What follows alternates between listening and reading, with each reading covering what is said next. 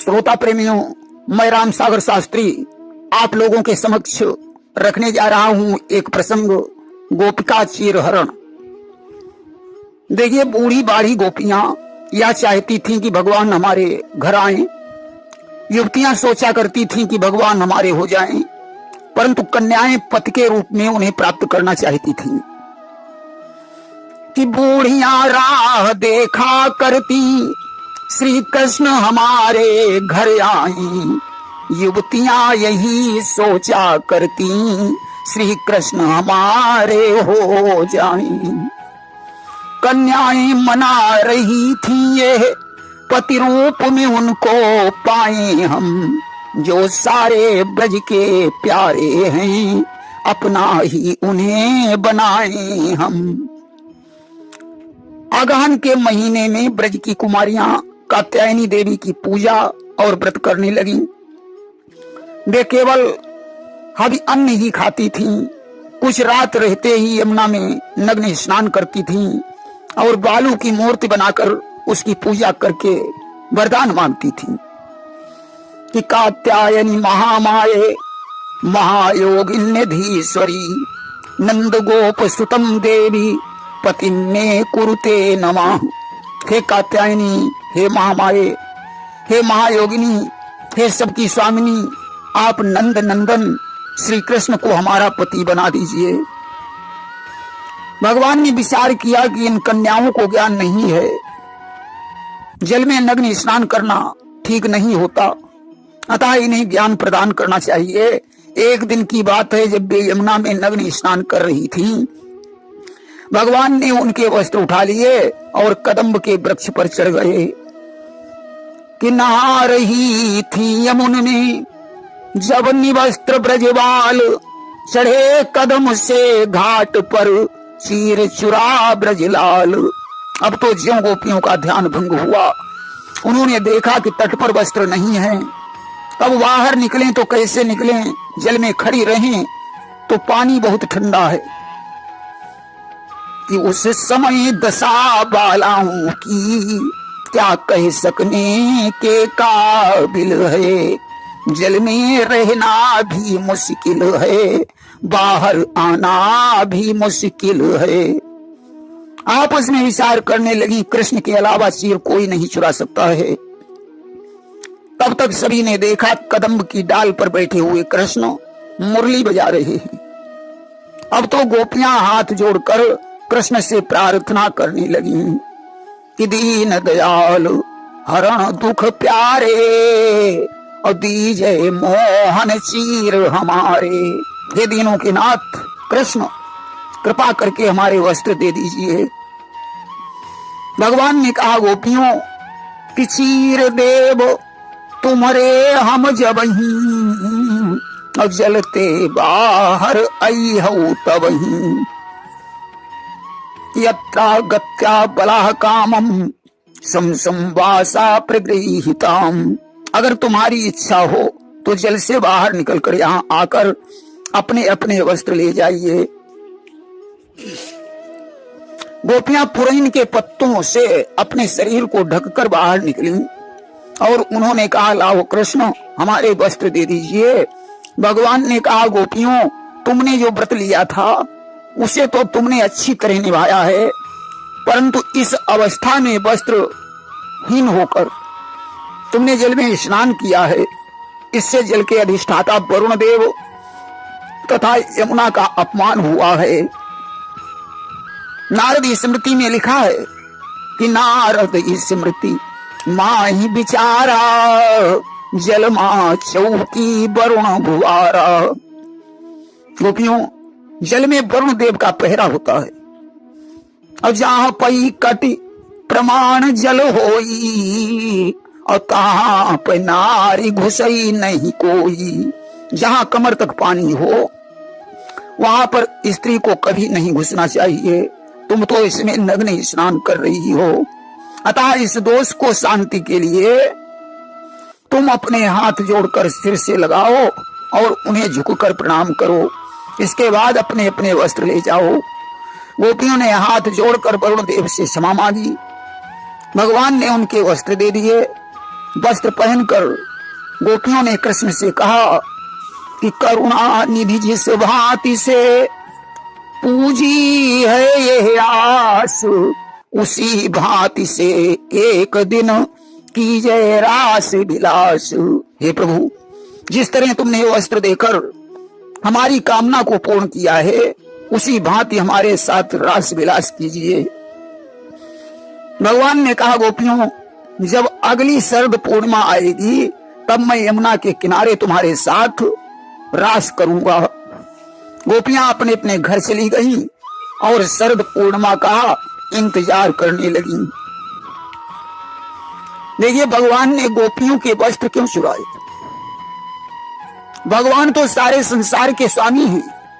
जीव को भगवान से पर्दा करने की आवश्यकता ही नहीं है।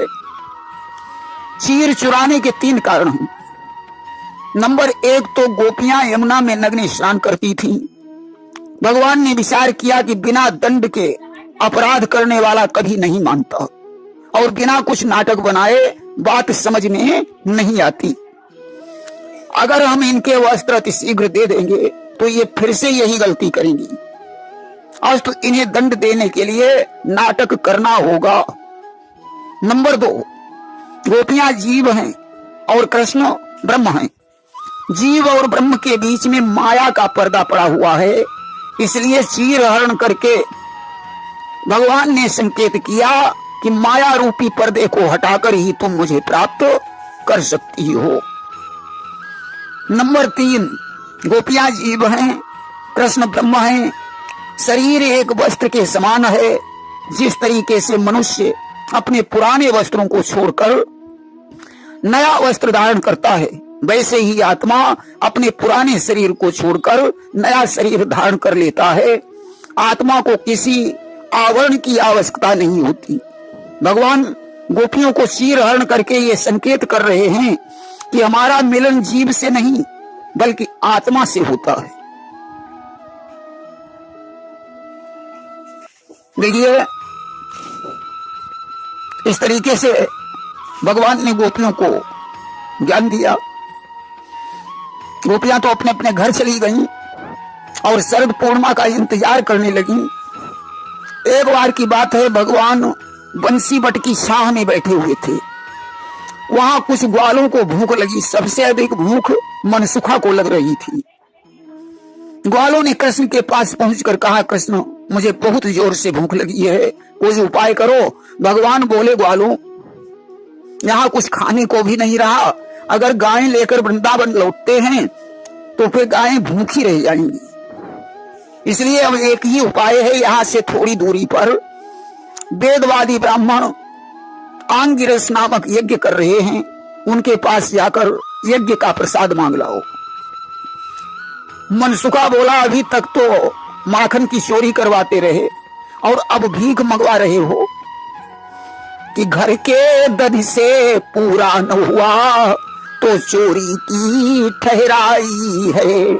चोरी से भी देखी न गुजर तो नियत भीख पर आई है। कन्हैया, हम ये भीख मांगने नहीं जाएंगे। भगवान ने कहा, यज्ञ का प्रसाद मांगकर खाने में कोई भीख नहीं होती। जाओ, उन्हें मेरी तरफ से प्रणाम कह देना और बतला देना कि यह प्रसाद कृष्ण और बलराम ने मंगाया है। आज मनसुखा ग्वालों के साथ वहां पहुंचा। उसने जाकर निवेदन किया कि कृष्ण और बलराम ने तुम्हारे पास भेजा है, वे भूखे हैं, यज्ञ का प्रसाद मंगवा रहे हैं।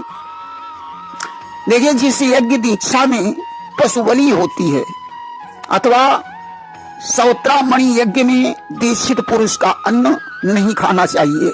बाकी यज्ञ में दीक्षित पुरुष का अन्न खाया जा सकता है। ग्वाल वालों ने ब्राह्मणों से याचना की, परंतु ब्राह्मणों ने उनकी कोई बात नहीं सुनी। उन्होंने ग्वाल वालों को फटकार दिया कि मैं किसी राम और श्याम को नहीं जानता हूं। मनसुखा आज बड़ा दुखी हो गया। उसे एक कहावत याद आई कि जहां जाए भूखा तहां पड़े सूखा। अब तो मनसुखा विधाता को दोष देने लगा कि हे विधाता, तूने ये पेट बनाकर हमें लाचार कर दिया, कि हे विधना करूं पुकार, क्यों तूने पेट बनायो, क्यों तूने पेट बनायो, क्यों तूने पेट बनायो, हे विधना करूं पुकार, क्यों तूने पेट बनायो। कि जब भोजन से भरता है तब पेट धीर धरता है, कर देता है लाचार, क्यों तूने पेट बनायो। वास्तव में अगर पेट नहीं होता तो हमें जीविकोपार्जन के लिए कोई उपाय भी नहीं करना पड़ता। हरिदास जी ने एक पद में लिख दिया कि पेट ही के लिए पाँव पलोटत, पेट ही है तू ही खोवत लाजा, पेट ही के लिए नाचत कूदत, पेट ही है तू बजावत बाजा, और पेट ही के लिए शीश नवावत, सूम से बोली गरीब निवाजा। और यूं हरिदास संतोष भयो, तब जैसे ही रंग वैसे ही राजा। पेट के कारण लोग दूसरे के पैरों पर पड़ते हैं, पेट के लिए ही नाचते कूदते हैं, पेट के लिए ही शीश झुकाना पड़ता है, कंजूस को दानवीर कहना पड़ता है। अगर पेट नहीं होता तो शायद न कोई राजा होता न कोई रंक होता। मनसुखा आज बहुत दुखी है। आज उसने जाकर कृष्ण से कहा कि मेरे बार बार कहने पर भी ब्राह्मणों ने कोई ध्यान नहीं दिया। वे बोले मैं किसी राम और श्याम को नहीं जानता हूं। भगवान ने हंसकर कहा कि बार बार प्रयत्न करने पर सफलता प्राप्त हो जाती है, इसलिए प्रयत्न करना बंद मत कीजिए। इस बार तुम ब्राह्मणों की पत्नियों के पास जाओ और उनसे कह देना कि बलराम और कृष्ण ने भोजन मंगवाया है। मनसुखा बोला कन्हैया अब हम नहीं जाएंगे। वैसे भी ब्राह्मण बड़े क्रोधित हो गए, उन्होंने मुझे भगा दिया। अब मैं उनकी पत्नियों के पास जाऊंगा, वे भी कहीं गुस्से में हो गई और मुझे पीटने लगी तो बात ठीक नहीं होगी। भगवान ने कहा नहीं दादा, इस बार तुम खाली नहीं लौटोगे। मनसुखा ग्वाल वालों के साथ वहां पहुंचा। उसने द्विज पत्नियों को प्रणाम करके कहा बलराम और कृष्ण के लिए कुछ भोजन दे दीजिए। अब तो द्विज पत्नियों ने सुंदर व्यंजन बनाकर थाली में सजाया और भगवान के पास चल पड़ी। उनके पति पुत्र भाई उन्हें रोकते रहे, परंतु फिर भी वे नहीं मानी। एक ब्राह्मण ने अपनी पत्नी को नहीं जाने दिया तो उसने अपने प्राण छोड़ दिए और उसकी आत्मा भगवान के पास पहुंच गई। इधर द्विज पत्नियां जाकर भगवान के चरणों में प्रणाम करने लगी। भगवान बोले देवियों, आप ब्राह्मण हैं इसलिए मेरे पैरों पर मत पड़ो। कि बोले देवी न प्रणाम करो, हम ग्वाल बाल कहलाते हैं, बेसुयस नहीं पाते हैं जो विप्रों से पांव पुजाते हैं। तुमने भोजन प्रदान करके मेरा सत्कार किया है, अब बताओ मैं तुम्हारा क्या उपकार करूं। द्विज पत्नियों ने कहा प्रभु आपके दर्शन हो गए, यही मेरे लिए बहुत बड़े सौभाग्य की बात है। एक द्विज पत्नी ने कहा कि मेरी वो सखी कहाँ है जिसने अपने प्राण छोड़ दिए थे। भगवान ने पीतांबर हटाया और कहा तुम्हारी सखी मेरे पास पहले से ही आ चुकी है। अब तो देवियों ने जाकर अपने पतियों को प्रणाम किया और बताया कि मैं तो भगवान के दर्शन करके आई हूं। अब तो ब्राह्मणों को बहुत दुख हुआ, वे अपने को धिक्कारने लगे। उन्हें कृष्ण और बलराम के दर्शन की बड़ी इच्छा हुई, परंतु कंस के डर से वे दर्शन करने नहीं जा सके। इसके बाद 7 वर्ष की अवस्था पर कृष्ण ने गोवर्धन की पूजा करवाई और गोवर्धन धारी बन गए। एक दिन कार्तिक शुक्ल एकादशी का नंद बाबा ने उपवास किया और भगवान की पूजा की। उसी दिन रात में द्वादशी लगने पर 6 घड़ी रात शेष रह जाने पर उन्होंने यमुना जी में स्नान करने के लिए प्रवेश किया। वरुण के दूत उन्हें पकड़कर वरुण लोक ले गए। भगवान कृष्ण वहां पहुंचे। वरुण ने उनसे क्षमा मांगी और भेंट सामग्री सहित नंद जी को वापस कर दिया। अगले दिन ब्रजवासियों का अनुराग देखकर कृष्ण ने उन्हें वैकुंठ का दर्शन करवाया। इसके बाद 8 वर्ष की अवस्था में भगवान ने गोपियों के साथ रासलीला की। प्रेम से बोलिए वृंदावन बिहारी लाल की जय।